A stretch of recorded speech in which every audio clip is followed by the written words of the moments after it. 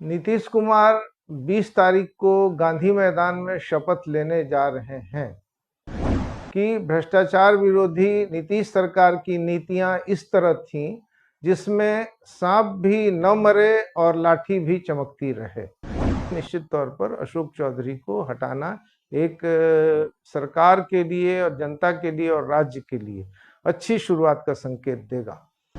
बिहार में कारखानों का उत्पादन का, कृषि संयंत्रों के उत्पादन का, कृषि उत्पादों के प्रोसेसिंग का, इसके साथ साथ बिहार में चूंकि कंज्यूमर है इसलिए हर तरह के उत्पादन के लिए यूनिट की आवश्यकता है। नमस्कार, मैं हूं सी अशोक प्रियदर्शी। मैं विमर्श न्यूज के माध्यम से नई सरकार के ऊपर बात करने जा रहा हूं।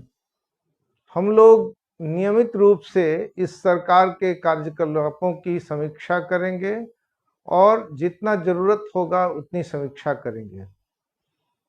नीतीश कुमार 20 तारीख को गांधी मैदान में शपथ लेने जा रहे हैं। शपथ ग्रहण समारोह के समय नीतीश कुमार कुछ इम्पोर्टेंट बात बोलते हैं, महत्वपूर्ण बात बोलते हैं।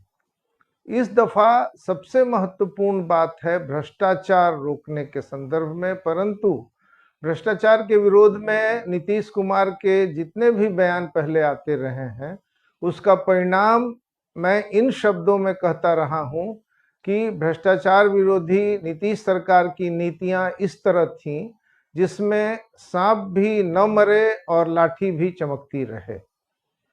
नीतीश कुमार को भ्रष्टाचार के संदर्भ में एक दिन के किसी संदेश से बात नहीं होती है, संकेत देना होता है। और संकेत देने के लिए सबसे जरूरी और अच्छी बात जो मेरी समझ में आती है कि वो अपने मंत्रिमंडल की टीम में अशोक चौधरी का नाम नहीं दें।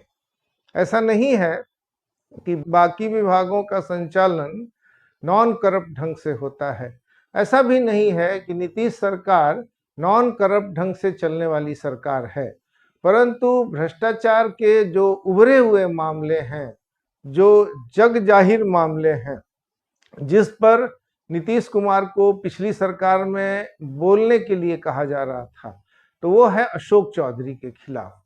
अशोक चौधरी के बारे में जो प्रश्न प्रशांत किशोर ने उठाया था कि 200 करोड़ रुपए की जमीन उन्होंने खुद के लिए, अपनी पत्नी के लिए, अपनी बेटी के परिवार के लिए, जो लोक जनशक्ति पार्टी से एमपी की उम्मीदवार है और जिसके पति यहाँ कुणाल किशोर के पुत्र हैं, तो ये अशोक चौधरी के ऊपर खुला आरोप था।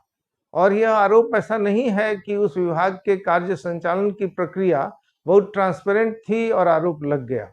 किसी भी विभाग पर आरोप लग सकता है, लेकिन उस विभाग की कार्य प्रक्रिया पर सवाल उठता था। तो पहली शुरुआत अगर किसी संकेत से करना है, जैसे कोई अच्छा डीजीपी आए तो उसे संकेत देना होता है, तो सबसे पहला संकेत पब्लिक के लिए कि सेक्रेटेरिएट के गेट पर जो पैसा वसूला जाता है अंदर जाने के लिए, नया सचिवालय के गेट पर, वह रुकता है कि नहीं।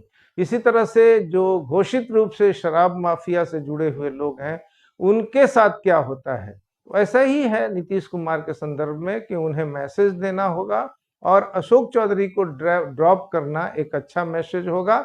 इसी तरह से लगातार काम करना होगा, केवल उस घटना से या उस एक्शन से बात सही नहीं हो जाएगी।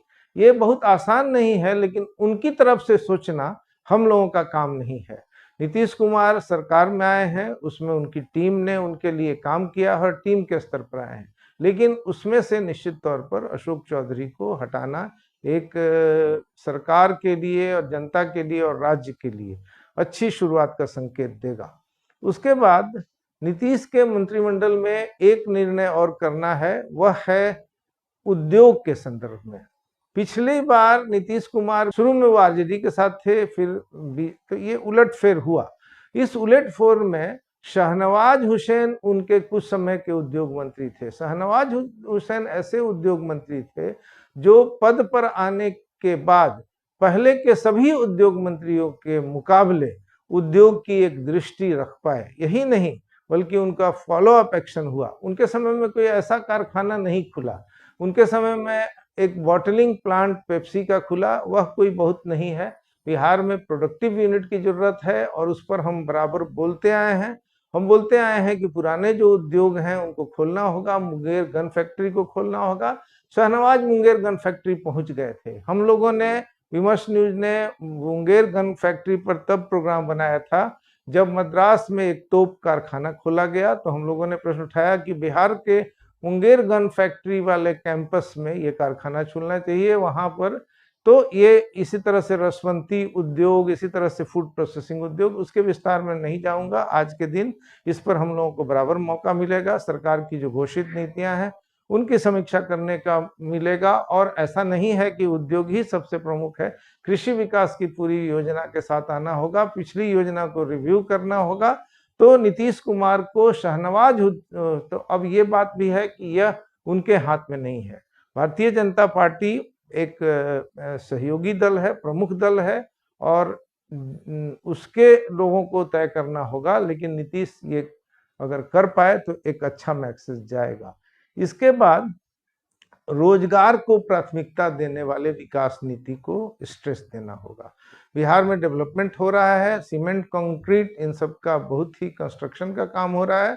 कोई भी बिहार के विकास दर के सातत्य के बारे में कहता है अर्थशास्त्री। अभी 2 दिन पहले रविवार को स्वामीनाथन अंकलेश्वर अय्यर ने स्वामीनॉमिक्स नाम के अपने कॉलम में टाइम्स ऑफ इंडिया में लिखा भी था। तो यहाँ पर जो भी विकास हुआ उसमें कंस्ट्रक्शन का ज्यादा रोल है, लेकिन बिहार में कारखानों का उत्पादन का, कृषि संयंत्रों के उत्पादन का, कृषि उत्पादों के प्रोसेसिंग का, इसके साथ साथ बिहार में चूंकि कंज्यूमर है इसलिए हर तरह के उत्पादन के लिए यूनिट की आवश्यकता है। ये यूनिट जहां काम आए सुई कहां करे तलवार के हिसाब से छोटे भी होंगे। और दूसरी तरफ अगर small is beautiful that doesn't means that Himalayans are ugly, तो हिमालयन उद्योग भी होंगे। अब हिमालयन उद्योग का इंफ्रास्ट्रक्चर बनाने के लिए, वाटर रिसोर्स के नियंत्रण के लिए, जो कि केवल उद्योग विभाग का विषय नहीं है, तो यह एक रोजगार नीति की बात है। अच्छे माने ऐसे डेवलपमेंट की योजना जिसमें से रोजगार पैदा हो और रोजगार में से रोजगार पैदा हो, इस तरह की योजना नीतीश कुमार को देनी होगी। इसके साथ साथ एक और मैसेज देना पड़ेगा। नीतीश कुमार जब प्रधानमंत्री उद्घाटन करने के लिए आए थे पूर्णिया के एयरपोर्ट का, उसी समय वहीं से उन्होंने भागलपुर जिले के पीरपैंती इलाके में थर्मल पावर प्रोजेक्ट की घोषणा की थी। बाद में पता चला कि यह थर्मल पावर प्रोजेक्ट जो है यह अडानी का जो ऊर्जा संयंत्र का जो अपना सेक्शन है उसके द्वारा अडानी थर्मल पावर प्रोजेक्ट वहां दिया गया कि वो करेगा। इसके लिए पहले से 1000 अडानी को 1 रुपए में यानी टोकन अमाउंट में सरकार ने अपने घोषित निधि के तहत कि उद्योग लगाने वालों को वह मुफ्त में 10 से लेकर 100 एकड़ तक जमीन देंगे और उनको उसके बदले में निश्चित रोजगार पैदा करना होगा। तो अडानी को आउट ऑफ द वे जाकर के 1020 एकड़ जमीन दिया गया।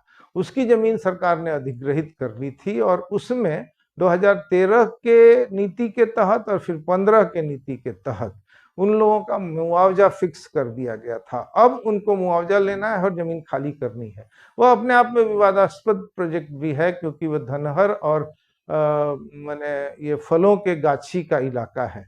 लेकिन थर्मल पावर प्रोजेक्ट जैसे बाढ़ में लगा तो वो टाल में, जल्ला में लगा था, तो उसके मुकाबले यह उपजाऊ जमीन पर है। लेकिन लोग वहां उस प्रोजेक्ट के बारे में एक ही रखते हैं कि सबसे ज्यादा उनका जो विरोध है इस बात से है कि किसी को कम किसी को ज्यादा दर से मुआवजा मिल रहा है। इसके बारे में सरकार या उनके जिलाधिकारी की बात है कि 2013 में जिनका अधिग्रहण हुआ 13 के हिसाब से दिया जा रहा है। लेकिन इस विसंगति को दूर करना चाहिए, सरकार के स्तर की बात है। मुआवजा जो है सबको बराबर मिलना चाहिए और अद्यतन स्केल पर मिलना चाहिए। तो इस 4 बात से एक मैसेज जाता है नीतीश कुमार की सरकार के बारे में। यह बहुत महत्वपूर्ण मैसेज होगा। इसके साथ सरकार की शुरुआत होगी। मैं आज नीतीश कुमार के सरकार के संदर्भ में एक रोजगार परक विकास के साथ अपेक्षा रखते हुए और शपथ ग्रहण के दरमियान उनसे क्या अपेक्षा है उन बातों को रखते हुए मैं अपनी बात समाप्त करता हूं। फिर हम लोग, सरकार जब नीतियां घोषित करेगी, कार्यक्रम शुरू होंगे, तब उस पर हम आएंगे, उसका रिव्यू करेंगे। अभी धन्यवाद, नमस्कार, फिर मिलेंगे और जल्दी ही मिलेंगे।